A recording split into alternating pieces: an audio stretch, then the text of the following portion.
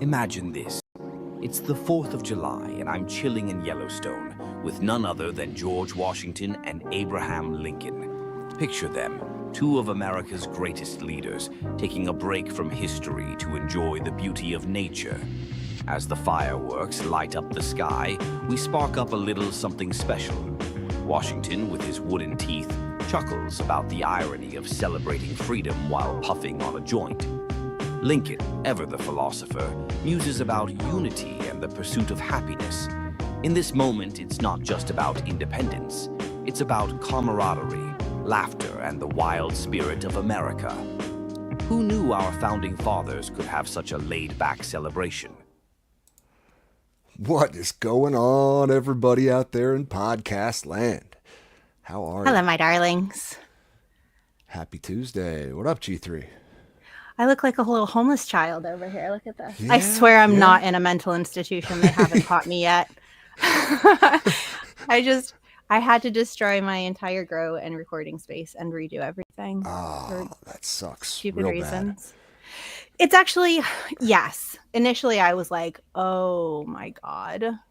This has slowly started with like one tent and then has grown exponentially over the last 5 years. So we're digging up stuff that I haven't seen in a long time. There's things I need to purge and get rid of. There's like old newts that I haven't touched in forever. It is a good opportunity, but So let me guess. It's a little dismal right now. Like something went wrong in the basement. And you have Correct. to, got maybe a little flood, maybe a little pipe burst or something. The joys of Prohibition land. So I have an asshole cat. You guys have seen him. His name is Rook. He's that little tuxedo nightmare that chills out behind me sometimes.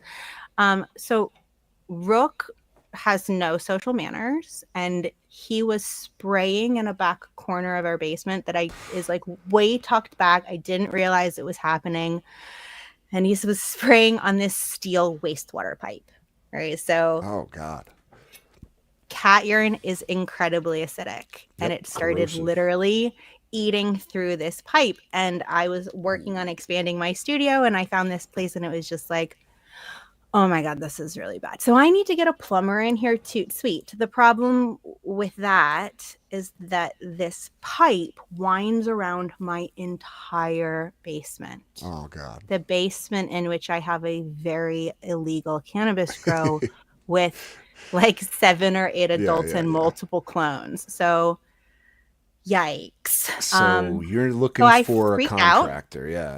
Yeah, I freaked out and I was like, oh, wouldn't it be wonderful if I knew a contractor who was like a stoner, but not like a stoner? I mean, good luck in Prohibition land. I don't know. Right. They don't advertise like that around here. No, they don't. I've gotten 420 friendly one plumber. Suggestion of somebody who is possibly 420 friendly, but he lives pretty far away, so I'm not sure he's going to make the drive all the way up here. Yeah. But yeah, I've got like a 3x3 and a 4x4 and a propagation tent and a whole press station and all of my shelves of everything, and all of that stuff has to come in off of the walls into the center of the basement and get properly hidden.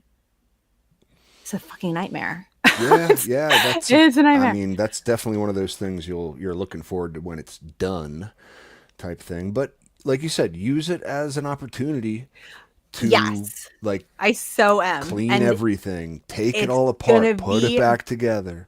Yeah, it's gonna be great. Before, my grow space was like a cave, and I just had like this old green sealant on the walls, and now I'm like whitewashing everything, and I'm gonna paint all of my logos all over everything, and it'll be great. Once it's all done, I'll have lots of space for the tents. I won't have any extra nonsense clogging up walkways. It'll be fabulous. Good. But I got to get through all of that nonsense first.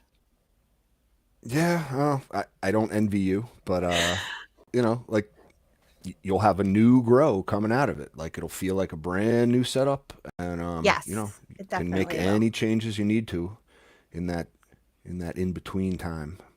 Yeah, so, and that 3x3 might turn into a 4x8. We'll see what happens. Hell yeah, I like the sound of that, and on to bigger and better things. But yeah, that does stink, always. That's why it looks a little bare behind you. That's why. Yes, it's literally just cinder blocks. And usually I have, all of my tapestries and Yeah. all sorts of things, but not today. We're going bare bones. Bare bones. Well, I'm going Maybe it'll be back next week. Bare arms. You're going bare arms, yeah. 90 something degrees up in this bedroom. So, yeah, we're going to keep tonight's show kind of short. Like that's what, we literally just had 4 amazing guests like in a row. I don't know how much more jam-packed info, wealthy shows you guys can expect from us. So tonight's just, we're going to chill. We're going to chill. Yeah. If you guys haven't seen them, I highly recommend you go back and watch the shows from the last couple of weeks. We had Luna on last week. She was incredible. We had Miles Filippelli from Fermented Plant Extracts. We had Mama Q. We had Endo. Yep. Like, just amazing guests all the way through. We've been talking so much living soil and like, just getting into like the real nitty gritty of it. And I feel like I've learned a shit ton, honestly. I feel like I have this new perspective on how to master that whole game, which yes, I can't new wait to try. Perspective for sure. Your conversation that you and I had after talking with, I think it was after we spoke with Luna about like pH below and VPD above and all of these little connections that I just not made before. And after Luna came in and spoke with us, I was like, oh my God, I was totally missing huge chunks of this. And now that I have gleaned this information, it's like a whole new ballgame. I'm like basically starting over again. Well, and you are. So you have that opportunity. I do. So we're just going to take it. We're going to go absolutely crazy with it. So good. Luna said 45 gallons or bigger. So that's what we're going to do. God. We're going 45 gallons or bigger. And we're going to do it with an auto box. So we're going to keep it a sip situation. Ooh. It's going to be big and awesome. I can't wait. I can't wait. I'm so excited. Big and awesome. All right, let's put that on the side burner though for now. I want to that's super exciting. I mean, but I want to know what you're smoking on tonight. And everyone in the chat, post what you're smoking on. I'll give you some shout outs if it's anything that sounds dank. I'll go first cuz I got something that I'm very excited about. Special, burning down the mailbox delivery from the Terp Therapist. He sent me a couple different things. A jar of, let's see, a pineapple something from Frostfire. Pineapple treats. Pineapple treats, yes, pineapple treats. Yeah, I've heard amazing things. Like you open the bag and it's like a pineapple kicks you in the face. Yeah, it's like Dole pineapple fruit salad. Like it is intensely pineapple. Delicious. Thing even carries through onto the taste. I mean, very, very nice flower. And he sent me like a little jar of rosin that he made, which I assume is just a flower rosin, but like delicious nonetheless. Again, super pineapple-y. Like really, and pineapple well done. Is the most badass of all fruits. So. Oh, yeah. If you're not a fan of pineapple, I can't help you. Mm-hmm. Can't help you. Sweet, sour, tangy. Man, digests you before you digest it. She's badass. Very acidic for sure. So yeah, that stuff is great, and that's all autoflowers, from Frostfire, who actually I've been talking to him in DMs. I'm hoping he's going to come on the show in one of these coming weeks. I want to get him on here after I chop that cherry bangarang in my tent. That'll be perfect timing for that, I guess. But so then this is the other jar he sent me, right? Can you read that? Mm-hmm. No. Pine juice. Pine juice from Rocky Mountain High 719. So this is for all you pinene fiends out there. You want, I hear your cries. I hear you. Your give it to us. For the pinene terps, the pinene cannabinoids. They are rare. exceedingly rare these days. I mean, seems like it these days. Yeah, not so much. I remember a lot of pine before, not so much now.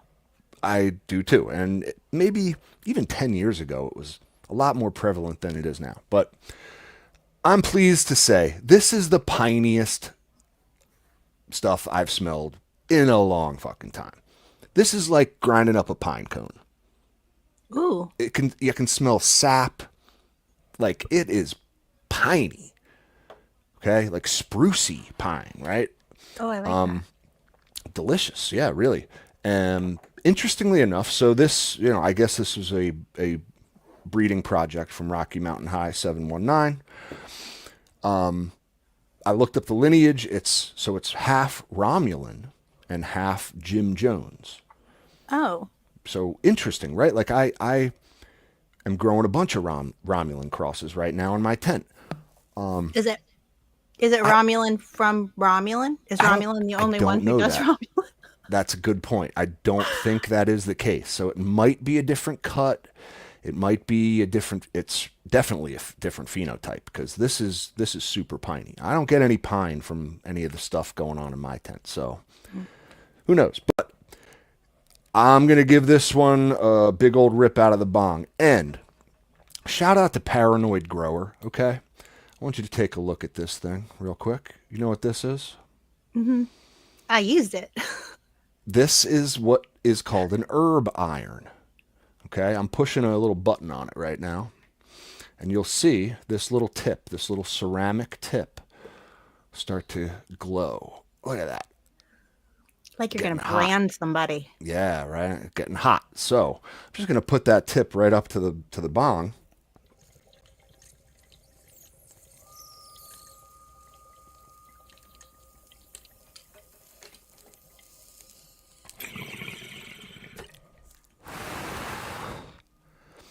And I can ignite without ignition.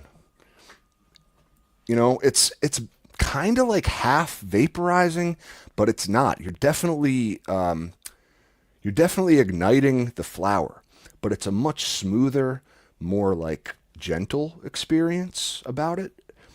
And no butane? And no butane. Yeah, no butane terps. So, man, I am tasting the pine. Oh, it's delicious, especially with this herb iron. So thank you to Paranoid Grower. And, I'd be really interested. Let me know if it makes you sharp cognitively. Oh yeah. Well, so this isn't the first time I've smoked this pine juice, and I will say the first time I sampled it, it was like an immediate whoa. I can feel like my endocannabinoid system lighting up in places that it hasn't that hasn't been touched in a long time. Instantly super high. But in an alert kind of way, in a I feel great. This is nice. Yeah, very a nice buzz from it. That's the term I want to use, is you get a buzz. So, pine for the win. It is super stimulating, and it makes you cognitively sharp and energized. I find it doesn't give me as much anxiety as terpinolene does. Yeah. So I love pinene. I think it's amazing, and it works really well with a lot of other different profiles. It can be overwhelming. So a lot of strains, you got to really, really like the pine because you're going to taste it if it's in there. Oh, but yeah. I love that cognitive, that sharpness. Effect-wise, I think effect-wise is the top, the best of the best. You don't really get better effects from a cannabinoid than pinene. I so argue that. Yeah. Do you think? Really? Oh my gosh! I mean, that's like saying what emotion is best. I know. It's okay. They're all great in all different mixtures and stuff. I know, but just talking about this nice energizing buzz you get from it, it's kind of nice. I love. I mean, yes, I'm not going to argue with you. I think pinene is incredible. So yeah, it's the shit. And so is this herb iron. Gotta give it up to nice design. It's got these little feet on it too, so it doesn't fall off your table. Because it does stay hot. That's the one downside of it compared to like a lighter, is that it does stay hot for a while. So if you're not paying attention, or if you drop it on something, they get burned. I'll try my best, Can manage to keep a bong intact. Oh just my gotta God. be careful. So it's retrograde right now, and I've broken 2 glasses pieces. Oh my God. Today. Just today. 2 of them shattered. That's ridiculous. That's ridiculous. Retrograde coming at you. She's coming for me hard. Man. I don't know why. I mean, it's as long as like glass pieces can be replaced. As long as it's not other things breaking, that's okay. Especially while I'm doing all of this nonsense down here, glass pieces can break. I'm just not going to touch my favorites.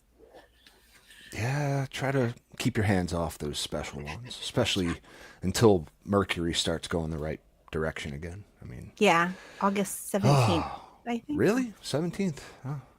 Maybe. Right before my birthday. August 17th. Cool. That seems too long. Maybe it's August 7th. I'll have to check. I can't remember off the top of my head. Time is a construct. Yeah. It's a flat circle. Anyway, so this evening I have golden goat, but not my golden goat. Not your golden goat. No, it's not my golden goat. So I have almost no golden goat left, and I really want to save the little bit I have left for Chicago. So I'm going to try and send it in the car with you guys, and you're going to have to promise me to protect it with your life. Oh, I will. So hopefully it'll be okay. But I love golden goat. She's my favorite strain ever, and I don't have any growing right now. So you didn't take any clones or anything? No, because I thought I hated her. Oh, that's right. Yeah, she's like a one that got away situation. Yeah, you know what? Again, you're just gonna have to find her hotter, better looking sisters. Yeah, that's okay. She's waiting for me somewhere, and she'll wait till I have the space to do it properly, and then I'll breed with her, and it's gonna be wicked. So there you go. That's I mean, why not? That's like the one you always talk about. Like, why not start a couple breeding projects with golden goat, cross it to some of your favorite other strains? Make a smile. It sounds great. Yeah, right. Do a little golden goat autoflower. That'd be cool. Yeah, that's kind of a lot going photo to auto. That's a lot, yeah, but it's not like I don't have some of the best breeders in the damn world to tap into for advice. That's what I'm saying. So, boys, I'll be in your DMs. You could do it. Plus it would just, that's literally diving right in the deep end. Sink Might or as swim. Well. That's how I do things. Fuck around and find out. Learn everything the hard way. Absolutely. Oh, speaking of learning the hard way, I am, do you see me sweating bullets right now? It's very good for your exfoliation. You're only 18 minutes in. The VPD in here is so off right now. Can we take bets to see how long it'll be before cap expires? It's not going to be that long tonight, guys. But fear not, because I don't know if you saw, we did just put up the Patreon page. We got some new content coming down the pike, some new cool exclusive content. This thing we're going to do called Weed Church on Sunday morning. That's going to be like I don't know if it's going to be a live show. No, it's not going to be a live show. It could be, I guess, for people who want it to be. But yeah, no, it'll just be like an exclusive link for people who sign up. Once a month, Sunday morning, 9 a.m., we get together, just smoke weed and make vague religious references and have a little those little orb things in the Catholic Church that just has smoke coming out of it. Yeah, I'll just fill mine with some old weed. It'll be cool. I can wear a pope, not a pope outfit, not pope, but a priest or a pastor. I don't know. Guys, we're making this up as we go along. That's what's going to be fun. We just wanted it to be on a weekend in the morning to make it a little more accessible to people who can't necessarily join us on Tuesday nights. We know that nighttime can be really hard for some people to, make some time in their schedule. So this just has it's just extra community whatever fun. we call it or figure out what it is. It's just something. It's just an extra show. We're just making it up as we go along. I think it's going to be more like, community focused, more like current events in the cannabis space kind of focused, just loose to the point and not so much cultivation focused. So it'll be fun. And then we're also going to do this thing called Live from the Garden, and that'll be either you or me, like kind of just taking YouTubers. We'll do like a little YouTube video on a tour of our garden once every other week, just what's going on in our own grows. So you get a little behind the scenes action. You get to see what we're working with and what we're up to. A lot of stuff going on. A lot of cool stuff. So, yeah, guys, head over to the Patreon if you're interested in supporting the show. We lowered the prices across all the tiers, so it's a lot more accessible. And more importantly, too, we are still going to do giveaways. They're all going to be done through the Patreon. There will be no set schedule for the giveaways. It's just like kind of when we got stuff to give away, we're going to give it away to our Patreons. You know what I mean? And that's like if breeders give us seeds to distribute and things like that, we're still going to be having like random giveaways in our Discord. And that being said, Discord is always going to be free. All of that information is always going to be free. The show will always be free. We want people to have access to lots of things. That's always going to be free. But you will have access to your own personal Discord channel, at a certain tier level. I forget which one. Just go check it out if you want to support the show. And speaking of giveaways, I got one to announce that I'll post all about on the Patreon. But I want to give a thanks to Frostfire. He sent me a couple of those storm berries and a couple of those pineapple treats. So, first giveaway is live. Woo-hoo. Help support your friendly neighborhood cannabis podcast. Someone's saying they only seeing one tier. I'll take a look at it, man. But yeah, thanks for checking it out. But yeah, tonight, guys. I want to talk. Cat dies. I am dying. I don't know if you can see me soaking through this shirt. So I'm ready to harvest. Okay. I'm like coming up on that home stretch. I got 6 plants I'm about to chop. 2 autos, 4 photo periods. I'm probably just going to do them all together. You know how I like to just, get one dry process done, especially this time of year in summer. I don't like managing the ins and outs of a summertime dry. Got to nail it once. You know what I mean? Nail it one time. So that's my plan. I'm going to chop it all at once. Get everything dried together. As I come to harvest, it always reminds me, I'm always reminded of some of the crazy bro science stuff that we're told about like pre-harvest procedures that are going to help your crop in some regard. I used to panic over these. I used to literally things. Think about them nonstop. It's like, all right, the first one, just right off the bat, you always hear like, oh, you have you started to flush? You got to flush. Flushing or not. That is an argument that will never die. That will never die. I understand both sides of the conversation. I will never flush my plants because I run an organic, so it doesn't matter. Yeah. Okay. So there's definitely like 2 sides of that argument. A lot of organic people are going to say, I don't flush. I don't need to flush. It's all organics. Like the plants just know when to stop kind of eating and they do it themselves.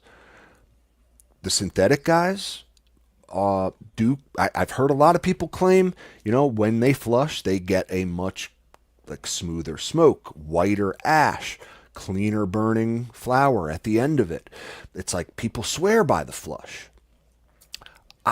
I don't know. I don't really know. Honestly, I think if I'm being honest, I did grow synthetic that last round that I completed with, the spider mites. spider mite weed, spider mite synthetic weed. I didn't flush either. And it, like, again, it's, I can't tell that anything went wrong when it comes to the quality of the flower at the end of the process. So, like, stuff did really well with no flush, synthetic weed. I don't really think flushing is where it's at. In fact, I think the cure, the dry and the cure, are really what's going to, you know, show a quality in your product. So, you know, master the dry and the cure. Don't worry about the flush so much. If it makes you happy, though, there's no indication that flushing or not flushing harms the plant or harms your harvest in any way. So, like, if it makes you happy to flush, by all means, flush away. Well, is it necessary? Yeah. I don't know. If it makes you happy, probably not. Do it. But know that it's probably not necessary. Exactly. Right. Yeah, I guess the Patreon's a little messed up right now. Okay. I did just hit the, you know, publish button. I'll go take a look after the show. Sorry, guys. Sorry. But yes, what's up, Terp Therapist? I do have a hazy IPA tonight. And I don't know if you were here for my my review of the pine juice weed that you sent over too, but it's pairing exquisitely with this juicy, piney kind of IPA, you know? So yeah, great job on the grow, man. I love the pine juice. Thank you very much. Oh, okay. So more bro science. Pre-harvest bro science. Okay, like how about darkness before you chop? Yeah, you give them 24, 48 hours of darkness. What's this all about? Why do people do this? So it's like isn't it an end of life panic response? You like that was my my theory behind it was you're trying to induce like an adrenochrome response. Yeah, they think they're dying. Adrenochrome. Like weed is much stronger when the panic response is induced before you kill them. Yeah, that's a joke. It's a joke, but it's. Like, I'm just trying to rack my brain, figure out, like, why are people going obsessing over giving their plants darkness before they chop? All of it's the same thing. So if you think of all of it, stopping nutrients at the end, ice cubes on top of the soil to mimic cold temperatures, or dropping the temperatures in your tent. No, that's the next bit of bro science. No. All of these things are to indicate to the plant that the season is over, that it is dying, that winter is coming. And that plant needs to propagate the species, because especially if they're all by themselves in a pot, they think that they are the last cannabis plant on the planet, and it is their job to propagate the species. So they're going to panic, and they're going to push out anything that they can, which could be more terpenes, it could be anything that they have. It's a total panic response. So you somewhat, like, if I'm hearing you right, you somewhat buy this, like, by inducing some kind of stress or panic, or if you want to call it fear in the plant. I think that there are ways to indicate to the plant that it is close to the end of its life that are not so abrupt, that are not so. Plants don't do anything fast. Mother Nature doesn't do anything fast. So, like, in the last 24 hours that the plant's alive, is it going to make that much of a difference if you turn your lights off, if you haven't done the proper things over the last however many weeks of flower? Like, you can't just, like, stop nutrients and expect to fix a broken plant. Is it going to make it a little bit better? Maybe. But I think there are easier and better ways to do it. If you want to do it, start dropping your temperature slowly towards the end of your grow. That's a real subtle, easy way to show to your plant, hey, it's towards the end of the season. Let's start putting all of our energy into making sure that these buds get as big and beautiful as possible, and then you don't need fear terpenes. All right, I like that. There are people chiming in the chat, like Smoke Ring. He says, I thought it was to get all the plant stuff to go down into the roots and stay there, giving better flavor. Now, that is absolutely right. Okay, like when you have the lights off, your photosynthetic processes stop. All of the, like, the water that's been traveling up your plant that includes all those nutrients and those ions from the soil, all that plant stuff, okay, starts to go back down the plant into the soil. There's less sugars. There's less stuff, okay? I do subscribe to the notion that that does increase some sort of quality in your end product. Like, what we're not doing right now is telling you that bro science is totally wrong. That's not at all what we're doing. No. In fact, I am probably the biggest defender of bro science that you're going to find. I think bro science is just like people's observations and like kind of a storied account of like anecdotal reports that go back a long time. It's like accessing like the grower collective memory. You know what I mean by that? Yeah. And I mean, that's how all agriculture has established. Okay, we figured out that when plants are in vegetation, they really like higher amounts of nitrogen. And then when they get into flower, well, they like lesser amounts of nitrogen, but they still need some. Somebody had to figure that out at some point. And then they spread that information to the other farmers and gardeners they knew. Bro and science it just spread. Is just astute observation and by a non-scientist who then like says, wow, look at this thing that led to this, that then led to this. And like, I can repeat that on the next cycle, get like more anecdotal evidence that like this theory of mine like is maybe somewhat correct. Listen, there's so much bro science in this game because there's so little actual science that's been done. It's so new. So like, when you hear the word bro science, don't just dismiss it. That's not it. It's a collective wisdom that's been passed down to you from people who've just noticed these things, and they don't know why. They just know. Yeah, and they're anecdotal not wrong. Evidence is still evidence. Absolutely, G3. You don't Absolutely. have numbers behind it all the time. It's still evidence. And, people's observations, 100%, that is all we have.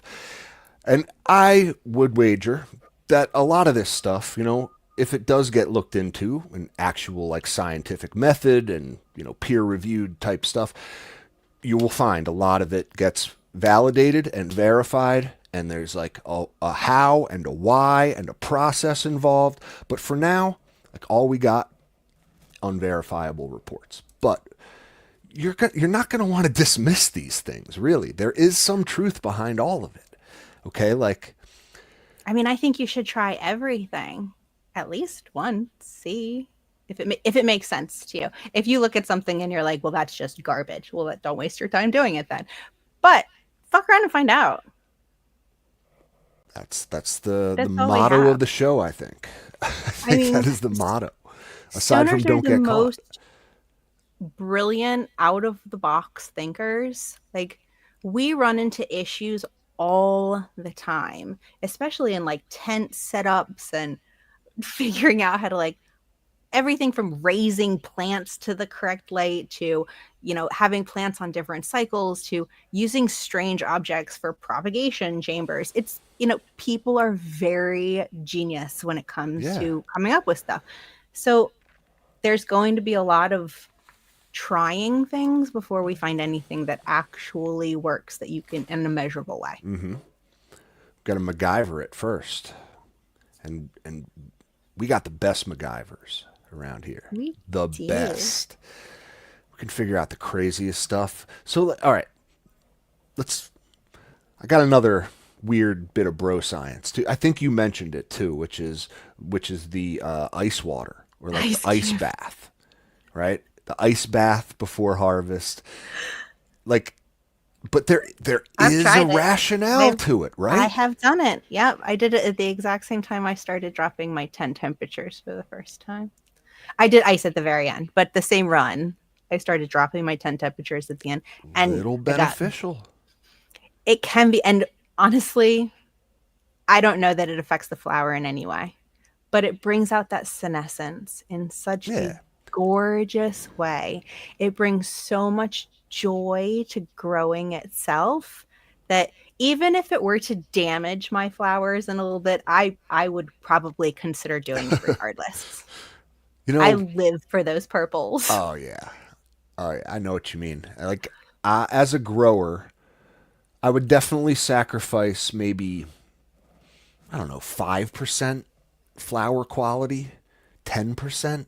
Like, if, let's say it's, the difference between, 30% cannabinoids and 27% cannabinoids. And you're going to tell me that that plant is going to purple up and have these pink hues, beautiful fade. Like, I mean, I'll take that every time. I'll take the Mhm. fade every time. That's a grower delight. You know what I mean? Yep. I, That I, is so worth it. I I need don't that. even, I mean, it probably, there is argumentation that, like, oh, colored weed can take away from some of the potency, but who knows? If we lose a little bit, that's fine. I won't know the difference anyway. Somebody could come to me and be Never like, know that what you're weed you missing just out on. smoked, it Yeah. could have been 5% more potent. Be like, okay, fine. Yeah, I Not a big think deal. I think I would take that trade. Like, I need the senescence, and again, I feel like senescence does contribute to overall end product quality by removing the chlorophyll from the plant in a natural process, thus not being in your flower to smoke. Like, it's really simple.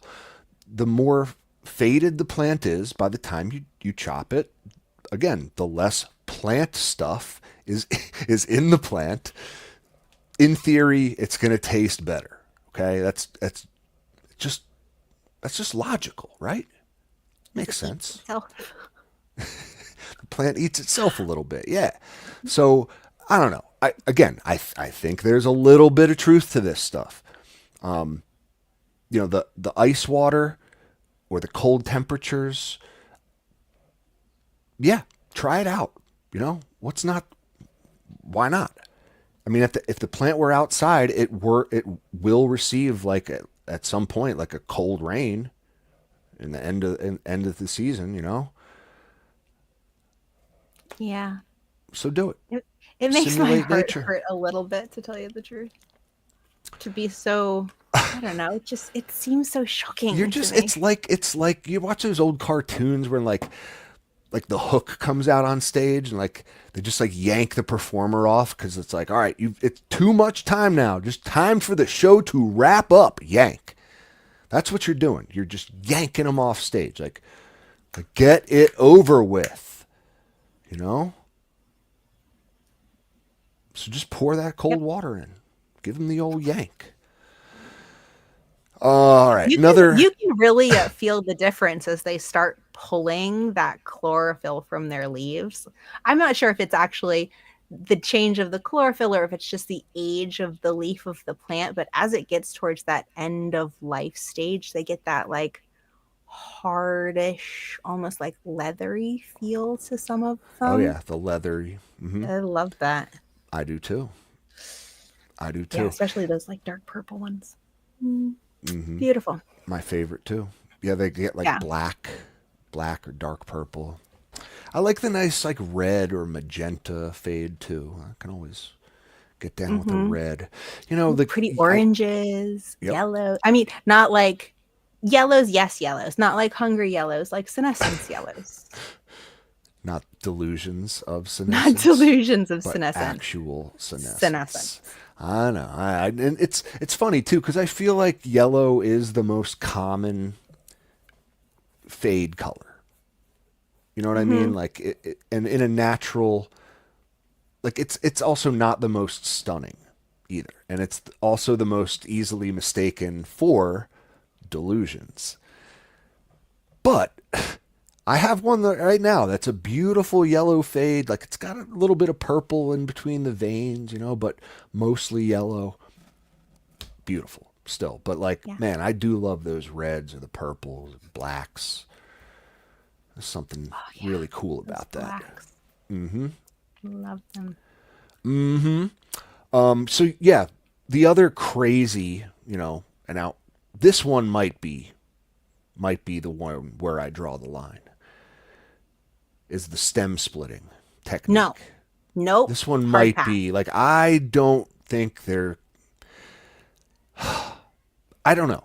Aside from it just being an intense form of stress for the plant, and if you are a subscriber to the notion that stress equals the plant, what does not kill the plant makes it stronger kind of thing. If you're not going to kill it, but you're going to put a fucking knife right through the stalk, like an 8-inch steak knife right through the stalk. Oh my gosh. If you find yourself standing over your plant with an 8-inch steak knife and you're going to stab it through the trunk, I want you to stop, ask yourself what the hell you're doing, go touch some grass, and call a therapist. Yeah, go take a bong. This is not a good outlet for your anger. Yeah, we want to help you. You've been led astray. If you ever find yourself in that position where you're like, I'm about to stab my plant with an 8-inch steak knife. Message me, please. I will talk you off the ledge. Please. You've been led astray. There's some influencer out there who's gotten the best of you. I don't know what bill of goods you've been sold, but you just got to back off the ledge, drop the knife. Just drop the knife. It's all going to be okay. Drop the knife, back away from the plant. There can't be any rational reason why people would do this, except for just I don't know, social media clout. I stabbed my plant for extra trichomes. That doesn't, logically, it just doesn't make, I would love somebody to explain how that's supposed to work. It's one of those, maybe it looks super cool. No, maybe it doesn't. It looks sad. Derpy says a plant hostage situation. Oh my gosh, it's torture. Exactly what it is. Yeah, I just don't. Again, aside from it just being this intense stress, and if you believe that stress equals more cannabinoids, I don't know. I don't think that's really it. I don't think stress is going to get the most out of your plant in the majority of cases. I know we can crop steer. I know all about that. I'm a believer of the idea that a healthy plant is going to be the one that produces all of those extra secondary cannabinoids and thiols and all that, great stuff that we want out of our plant. I don't think stress is what does it. I think a super healthy plant is what really gives you that. And if you're looking for that BDSM flavor and you need to have it in your garden, there are other ways to do it. There's mainlining. You can tie them down in all sorts of ways. There's all sorts of things. But just like in any consensual situation, stabbing is not okay. No, right? It's not. Consent, my love. That BDSM flavor in your garden. Yeah, Bend a bitch over if you want to. Tie her down. Make her do what you want, but don't stab her. I love it. I love it. Words to live by. Words to live by. But yeah, also. Seriously, if that's I'm not going to yuck your yum. No kink shaming. If that's what you're into, just, maybe keep it to yourself. Maybe keep it to yourself. Don't tell a potential, don't bring that up on a first date. That's a second date kind of thing you want to reveal. Botanical sadomasochism? Yeah, that's turn-ons. Botanical Sadomasochism. Specifically. Oh my God. I'm going to write that down. That might be a show title. We have too much fun here. We really do. Love all you guys. I got to give some shout outs. Smoke Ring, T-Signs,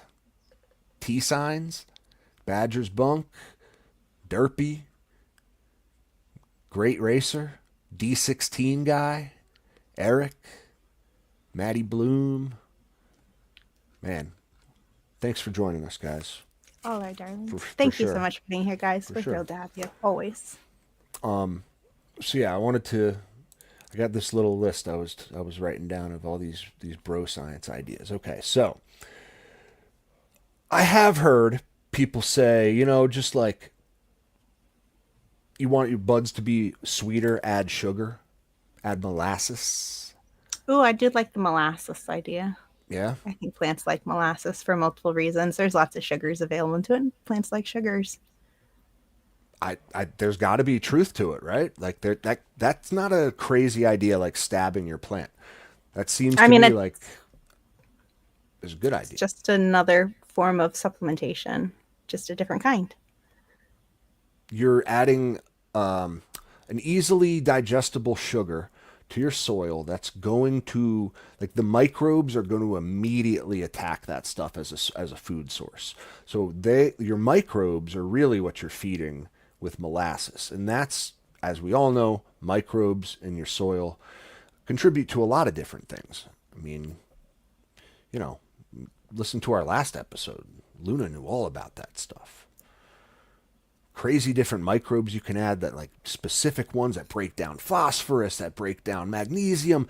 You can get really specific. But as a generalized kind of thing, if you're adding, recharge or fish shit, microbe life hydro, any of that, bottled microbe stuff, you're going to be feeding them with molasses. You don't have to like add more necessarily. You can just feed the ones that are already in there. Is there a point where you can feed too much sugars? Oh yeah. In comparison too much to other of a good things. thing. So, do you know how much, if you're going to be adding molasses as a supplement, how often you should do it? I mean, one of Because those you don't want things, your like, microbes on sugars and just sugars and nothing else. No, you don't. You want to like let them kind of supercharge from that easily available food source and then work on like the other organic matter in the soil. So I'd say every 2 weeks, 3 weeks, add your microbes according to, I don't know, you could half it from the recommended dose on the bottle and then add a couple, do like a molasses tea or something with a little like worm castings or something. Just, there's a lot of ways to put molasses in it. You just literally put molasses in the water and top feed right on top. They love it. What it's not going to do directly is like add sugar to the soil, like make the buds sweeter. That's not how it works. No, it just makes your microbes You know what fat. I mean? Yeah. Like you're not sweetening up the buds by adding sugar to the soil. You are, but putting more good stuff in the soil, you're which then sweetening makes up the the plants all buds happy. by giving your microbes more, oomph. So there is a little truth to it. A little truth. Easy, bud washing.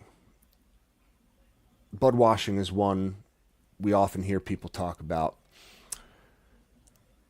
There's a lot of opinions on it. I have never tried it. I do hear a lot of people say, if you have problems with your weed at harvest, you can wash it and not totally fuck up the quality. I don't know. What do you think about that, G3? Wait, say that again. Bud washing, bud washing. All the time, or just no, not bud all washing? The time. Is it a myth? Is it bro science, or is it like? I think it is absolutely vital if you have a pest infestation during your grow and you're expecting to keep your harvest. Wash your buds. The trichomes can handle the water. Just be super gentle when you do it. There's just wash them. It's fine.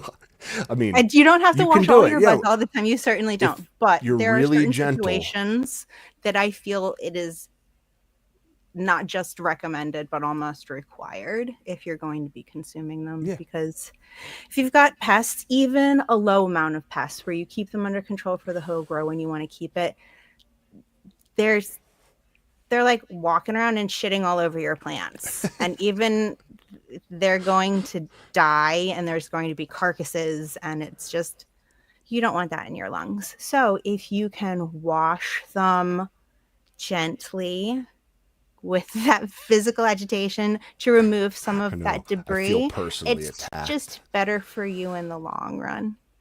I feel like she's just coming at me directly. If you like those little pops here and there. You think because I raw dogged my spider mite weed without bud washing it, you think that means I'm a lesser person than you? You think that means I don't have feelings? I don't think it has nothing to do with your feelings. It has everything to do with the health of your lungs. Be kind to your lungs, my darlings. You only get one set. So you do. Take care of them. Yeah. You don't want little spider mite bodies or, various bug poo or anything in there. I think we're safe to dirt, dust, things like that. Hair. It's fine. Hair. I mean, you got pets. I know me. I got cat hair OG up in my tent. No, it's pretty mitigated, but like I do every once in a while find one of those big combo hairs up in my tent. Good combo. Now, I think we can be gentle with our bud washing. I think we can get away with it. We can reap the benefits without, experiencing the downfalls. The downfall would be you are washing away your trichomes. By being too harsh in the wash, it's like washing hash. The trichomes are going to break. They're going to come off. They're going to be in the water, not on your plant. Are you making hash, or are you making... You're not going to take that water with all the bugs and bug carcasses and bug shit and a couple trichome heads and then try to make full melt hash, are you? No, you're fucking not. What's the micron size of bug shit? That's a good question. Just really got to get down there. I don't know. But yeah, you're just not going to do that. You're just not. So, I think there's going to be some loss. The fact that you got bugs into your grow, I'm sorry, there's going to be some punishment associated with that. A little bit of loss, trichomes at the end. It's the price you pay for having shitty IPM. Do better. I love it. It should be a punishment. I mean, these plants will humble you. Honestly, I feel that. Bud washing should be a bad time for you. That means something went wrong. It's not, that means non-ideal conditions, right? So yeah, bud washing should hurt a little bit. I'm with you on that. But we can still do it, and it's still okay. You're going to get a better product in the end because, again, you won't have those spider mite terps. Yeah. Fungus gnat terps, too. Any of that stuff. I mean, all of it. Yeah. Cat hair terps. The worst. No, hair terps are the worst. Burning hair terps. Are you kidding me right now? Yeah. You ever get a hair stuck in your bong rip? It is the worst. The worst. So yeah, would you wash all of your outdoor stuff? Always wash outdoor. I would. I've of course never grown outdoor, but if I did, I would always wash it. We had someone say, kind of the theory is you wash your vegetables. Why would you stop there? If you're going to be smoking this product, why would you? Oh my gosh, seriously, it's going into your lungs, not even into your stomach. Your stomach has acid to protect itself. Yeah, right. Your lungs don't have acid. Your lungs don't have acid. It's a great point. Tiny little balloons that are very sensitive. So they have maybe alveoli. Take care of them. Mm-hmm. So yeah, we got, I think for the most part we can, when we hear bro science, we don't want to dismiss it. We want to be receptive to it. We want to try to understand like what that grower collective memory is trying to teach us. Somebody at some point went through something when they were growing this plant and they wanted to communicate it with you. And that is how these ideas are kind of transmitted. They're like memes almost. And they all have reasoning behind them. Not as you try to discuss a single topic, one of these that we've discussed tonight, with anybody who firmly believes on one side or the other, they're going to have reasoning to back it up. They're going to have anecdotal evidence in addition to like the biology of the plant itself and logical assumptions, A plus B equals C, so it makes sense that there's it's not just like going on a whim. If it makes sense to you, if it's logical, if you believe it, do it. Yeah, you can actually like manifest these things to be reality if you believe them hard enough. If you believe in them, they will believe in you. I can't disprove that. I really can't. Some people do live their life that way. I don't know how it works, but they just it always just seems to work out, Just manifest what you want. Take it. Manifestation is absolutely a real thing. It has been, go read the papers from our government. They are fascinating. Yeah, really? Have the CIA's looked into it? Oh, yeah. They have all sorts of information on manifestation and... Interesting. Yep, the mind is an incredible thing.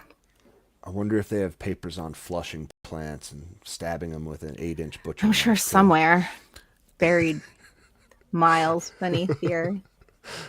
Someone's looked into it somewhere. No, I think, again, bro science should be taken with a grain of salt, but also with a lot of love. There's a lot of love behind this stuff, a lot of like good intent and wisdom that is trying to be communicated to you.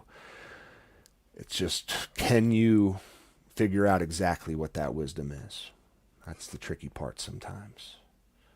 Right. There is something kind of sweet in the fact that when people are sharing such bro science with you, really, they want your plants to be as wonderful and beautiful as they possibly can be.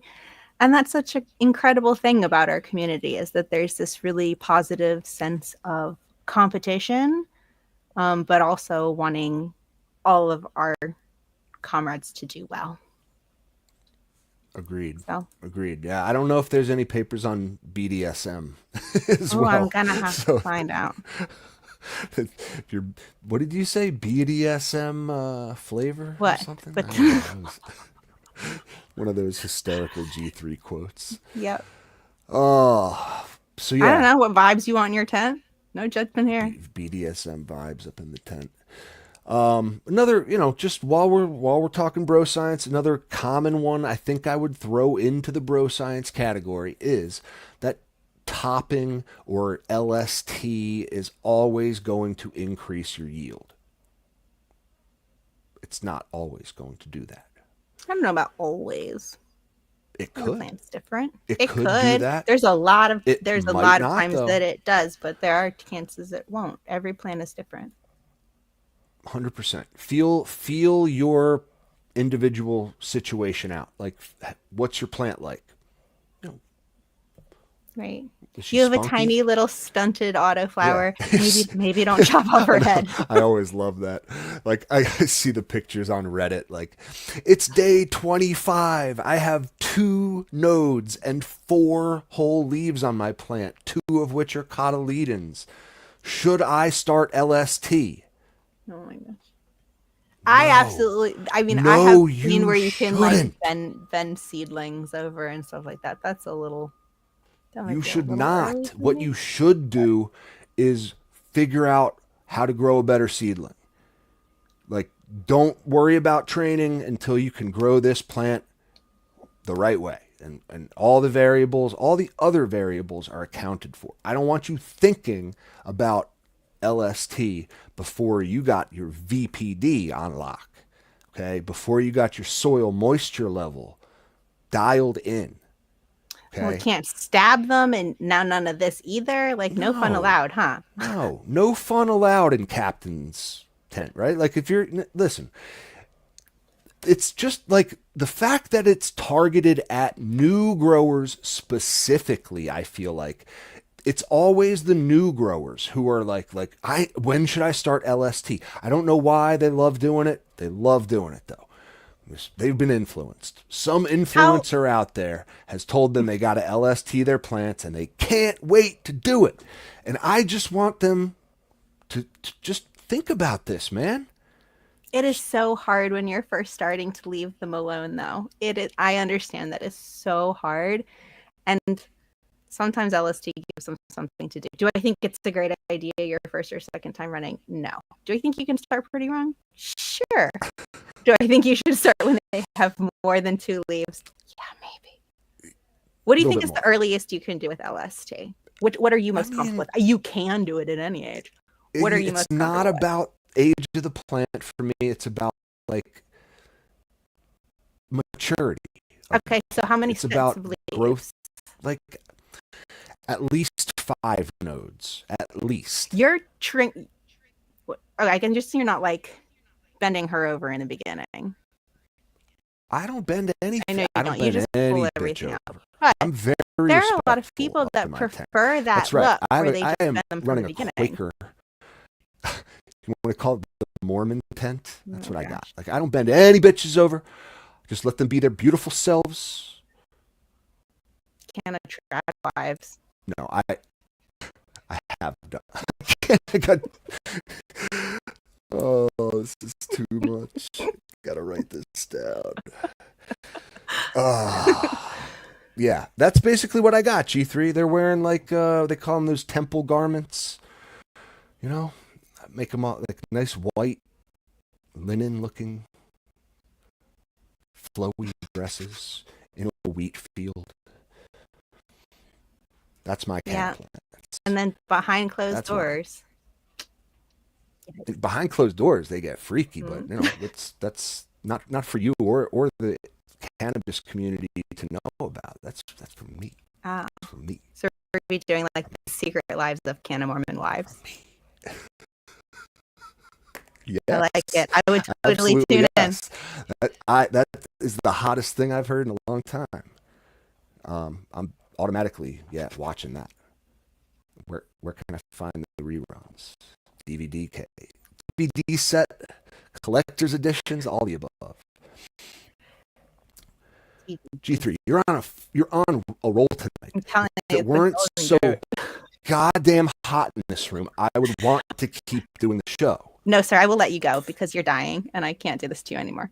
So I appreciate everyone sticking around with us while we tortured our dear cap with temperature. Well, no, what I am going to do is go up in my air-conditioned attic, go check on the girls. Might give you a little video from up there, but ooh, yeah, that won't be here, guys. That won't be here. That'll be maybe for next time or for that new Patreon that you've got to go check out. Again, thank you guys for joining us on a little quick kind of intimate episode tonight. Anybody who's listening to this afterwards, the lives can also be found on our YouTube, and the comments can also be seen from it. So I highly recommend, if you're watching this on YouTube, check out all the live comments that went. There's a ton of information in there. You know, our chat has brilliant information among all of them. So read up on all of that. Indeed. You mentioned the Discord. And check out our Discord. Come check out. Yep, I was just going to check out our Discord. Free for everybody.